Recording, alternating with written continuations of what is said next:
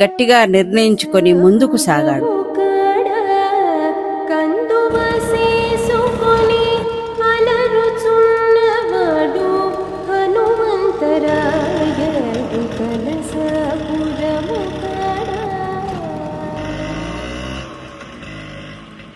సహృదయ సన్మాన అక్షరాభివందనాలు. శ్రీగంధ పరిమళంలొప్పు మీ పాండిత్యము, గానామృతం పంచు మీ గలకోకిల, ప్రసన్నతలు కురిపించు మీ మాటలు, సాకారము గావించితిరి మీ తల్లిదండ్రుల గురువుల దీవెనలు, ఎందు చూసినా కాని మీకు మీరే సాటి అకుంఠిత దీక్షతో, సమర్థ దక్షతలో మీరు గావించిన శతాధిక ప్రతిష్టల, వీక్షించిన చాలా శతకోటి పుణ్యములు కలుగు, సద్భక్తితో సమాజాన్ని జాగృతం చేయుచున్న సంస్కృతి పరిరక్షకుడా, అందుకో మా సన్మాన అభినందన చందన సహృదయ మందారమాల. అప్పుడు మీ వయసు ఎంత? అతని వయసు ఎంత? అప్పటికి ఆయన వయసు 20 సంవత్సరాలు, నా వయసు కూడా 20 సంవత్సరాలు. నా జీవితం ఇలాగే కొనసాగాలని అనుకున్నాను. చౌట్పల్లి అనే ఒక మారుమూల ప్రాంతం అది. పెద్ద రాజగోపురం, ఎటు చూసిన పచ్చని చెట్లు, అందరూ ఇష్టపడే గుడి అది. ఎందరో పెద్ద పెద్ద పీఠాధిపతులు, స్వామీజీలు అడుగుపెట్టిన స్థలం. అతని యొక్క కళ అతని ముందర ఉంది. అతను చేసిన ఒక గొప్ప పని కలియుగమంతమయ్యే వరకు ఉంటుంది.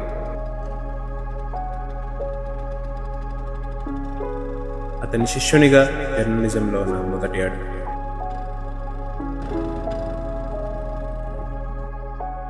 నేను చౌట్పల్లి గ్రామానికి వెళ్ళాను. అక్కడ ఎవరిని అడిగినా గంగాప్రసాద్ గారి గురించి చెప్పేవారు. హనుమాన్ల పంతులు అనే ఒక మహానుభావుడు ఈ రాష్ట్రంలోనే 99% గుడుల ప్రతిష్టలు చేశాడు. ఆ మహానుభావుడు యొక్క మనుమడే ఏ గంగాప్రసాద్ దీక్షిత్. 2008లో పెద్ద పెద్ద పునాదులు తవ్వి పెద్ద పెద్ద పిల్లర్లు పోశారు. అలాగే పెద్ద గుడి నిర్మించారు. అతను కూడా వాళ్ళ తాతదారిలోనే నడిచాడు. ఆ తరువాత అతను ఒక ప్రతిష్టా బృందాన్ని తయారు చేసుకున్నాడు. దానివల్ల అతను బాగా ప్రతిష్టాపనలు చేసి మంచి పేరు తెచ్చుకున్నాడు. అతనికి ఒక విధంగా ఈ ప్రతిష్టాపనతో కలిసి వచ్చిందని చెప్పవచ్చు. నేనొక్కడనే కాదు, అతని దగ్గర నాలాంటి వాళ్ళు చాలామంది ఉన్నారు. అన్నగారి దగ్గర నేను ఒక 15-20 సంవత్సరాల నుండి ఉంటున్నాను. ప్రతిష్టాపనలో చాలా ఎంజాయ్ చేసేవాళ్ళము. అక్కడ మేము ఎంజాయ్ అంటే ప్రతిష్టాపన అంటే ఎంజాయ్, చాలా ఎంజాయ్మెంట్ చేసి అందరము కలిసిమెలిసి ఉండేవాళ్ళము. ఇలా ప్రతిష్టాపనలు చేసి వచ్చే డబ్బులతో ఈ గుడి నిర్మాణము చేసేవాడు. కొద్ది కొద్దిగా గుడి నిర్మాణము చేసి వచ్చిన డబ్బులతోటి ఈ గుడిని చాలా డెవలప్ చేశాడు. మీరు తనని ఎప్పుడు చూశారు? అది 2003 సంవత్సరం. ఫస్ట్ టైం ఆయన మా ఇంటికి పెళ్లి చూపులకు వచ్చారు. చూడగానే చాలా బాగా నచ్చాడు. ఇతనే నా భర్త అయితే బాగుండు అనుకున్నాను. అలాగే జరిగింది. జూన్ 19, 2003 సంవత్సరం నాడు రాఘవుడు పోడిని కొలువున పొదలి చెలియ పోడిని కొలువున పొదలి రాముడు లోకాభిరాముడు గుణదాముడ సురుల కుదమలుడు తామర కన్నుల దశరథ తనయుడు మోమున నవ్వి మొక్కల చెలియ వీడెవో అల విజయ రాఘవుడు పోడిని కొలువున పొదలి చెలియ పోడి. అసలు మీకు ఏమైనా ఇలా గుడి కట్టాలని చెప్పాడా? చెప్పాను. ఇది అతని కళ. ఒక పెద్ద గుడి నిర్మించాలని అతని యొక్క సంకల్పం. అనుకున్నట్టుగానే చాలా పెద్ద దేవాలయం నిర్మించాడు. గుడి నిర్మాణం అంటే చాలా చిన్న విషయం కాదు. దానికి ఎంతో ఒడిదొడుకులు, ఆర్థిక కష్టాలు ఉంటాయని అన్నీ తెలుసు.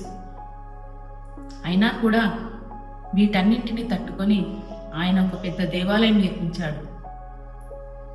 ఈ నిర్మాణ సమయంలో అనేక ఆర్థిక ఇబ్బందులు ఎదురయ్యాయి. అనేక రాత్రులు నిద్ర సరిగా పోయేవారు కూడా కాదు, వేళకు భోజనం చేసేవారు కాదు. ఎన్నో కష్టాలను అనుభవించాము. ఆర్థికంగా ఎవరు సహాయం చేసేవారు కూడా కాదు. మీ అందరికీ తెలుసు, గుడి నిర్మాణం అంటే చాలా చిన్న విషయం కాదు. 2008వ సంవత్సరం మొదలుపెట్టి 2012వ సంవత్సరం వరకు పూర్తి చేశాము.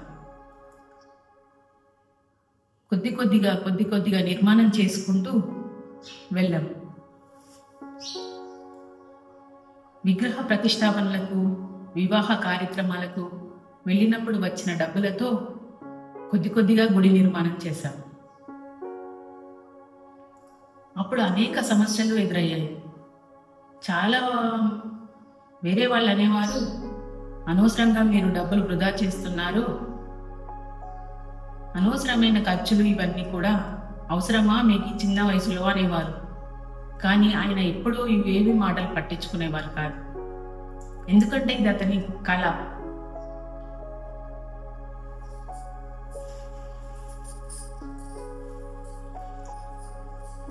చిన్నప్పటి నుండి కూడా ఆయన ఒక పెద్ద దేవాలయం నిర్మించాలి అనుకునేవాడు.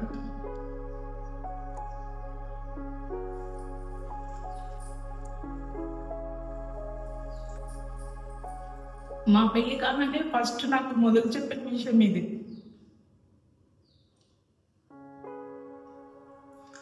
అప్పుడు ఆ దేవాలయం చాలా చిన్నగా ఉండేది. మొదటిసారి నన్ను ఆ దేవాలయానికి తీసుకెళ్ళి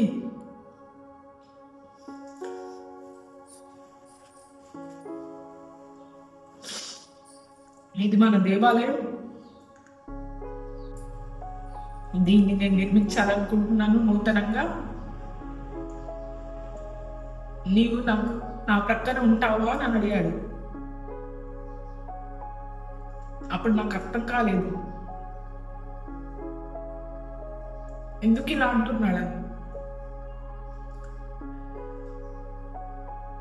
కానీ రోజు మా మధ్య ఇదే విషయం చర్చకు వచ్చేది. రోజుకి 24 గంటలలో ఒక 4 గంటలైనా కూడా దీని గురించి నాతో చర్చించేవాడు. కానీ మా ఆర్థిక పరిస్థితి అప్పుడు అంతంత మాత్రమే ఉండేది.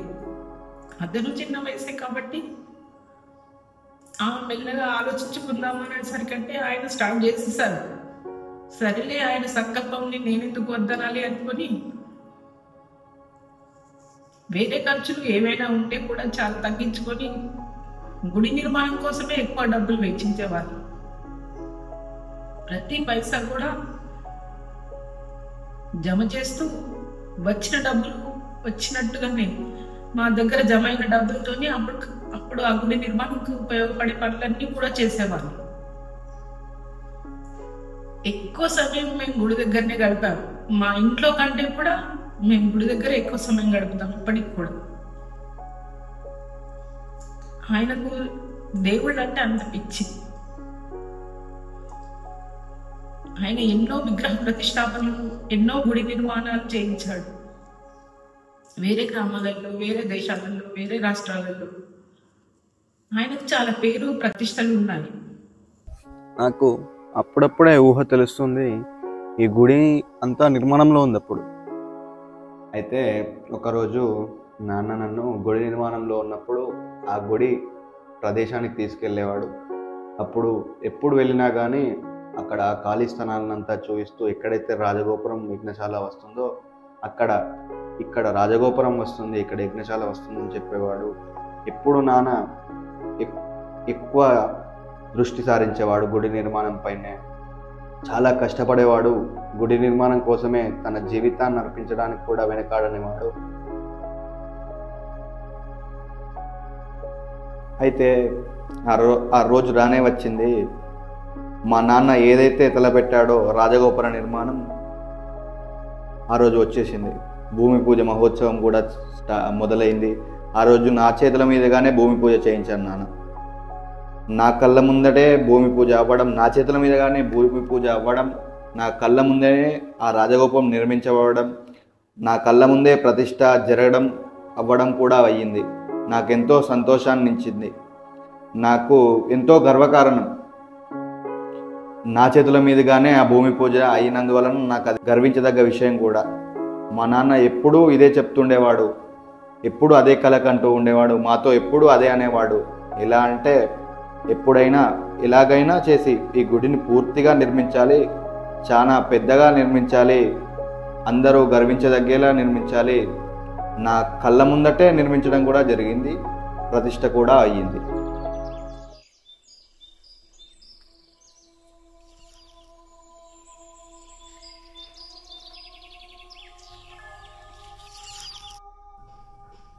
మా ఆర్థిక పరిస్థితి అప్పుడంత బాగుండేది కాదు.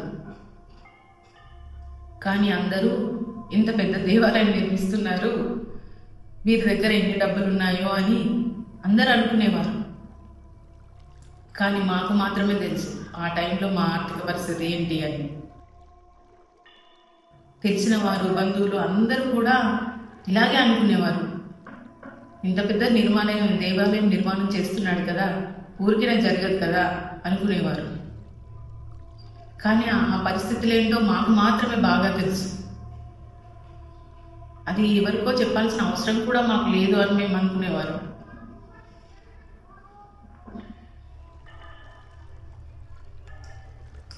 ఎన్నో ఎన్నో కష్టాలు అనుభవించాము. దేవాలయం నిర్మాణం అప్పుడు మేము పడ్డ కష్టాలు మాకు మాత్రమే తెలుసు. అవి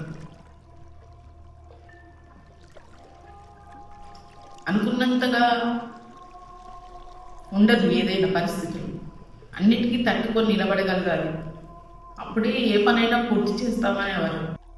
గుడి నిర్మాణంలో ఉంది అప్పుడు కొంతమంది వచ్చి ఇక్కడ ఇది ఉంటే బాగుండేది, అక్కడ అది ఉంటే బాగుండేదని నాతో చెప్పేవారు. నేను ఒకరోజు మా ఆయనతో అన్నాను, అందరూ ఇలా అంటున్నారు, ఇంత పెద్ద దేవాలయం నిర్మించడం అవసరమా అని అడిగాను. అప్పుడు ఆయన ఒకటే మాట చెప్పారు, నాకంటూ కొన్ని సిద్ధాంతాలు, నాకంటూ కొన్ని వేదాంతాలు ఉన్నాయి, వాటిని నేను పాటిస్తాను. ఎవరో ఏదో అన్నారని, ఎవరో ఏదో చేస్తారని నేను ఎప్పుడూ ఆశపడను, ఎదురు చూడను. నేను ఈ దేవాలయం నిర్మించాలనుకున్నాను, నిర్మిస్తాను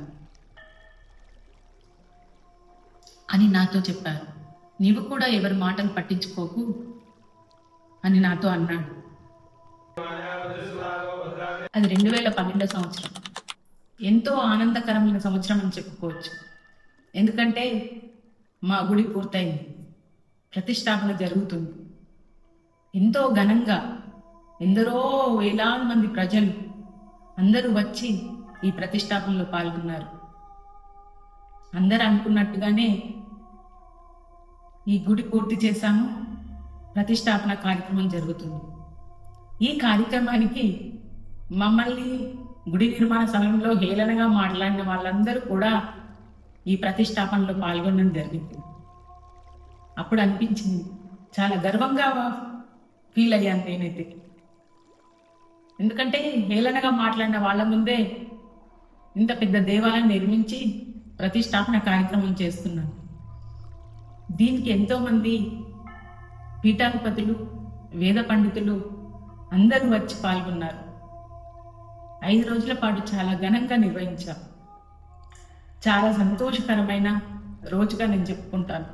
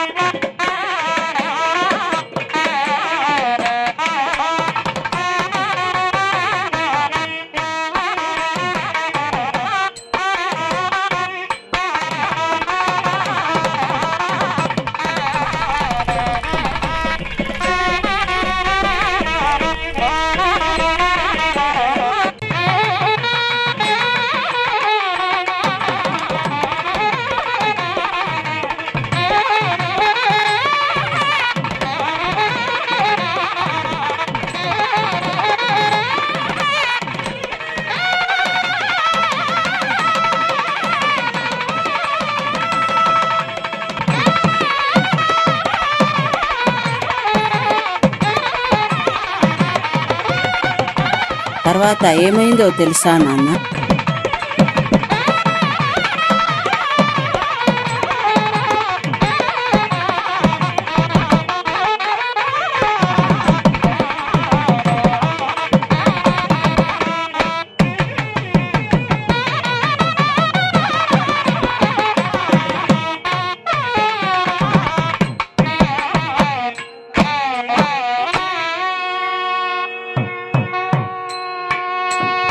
Please subscribe for more videos.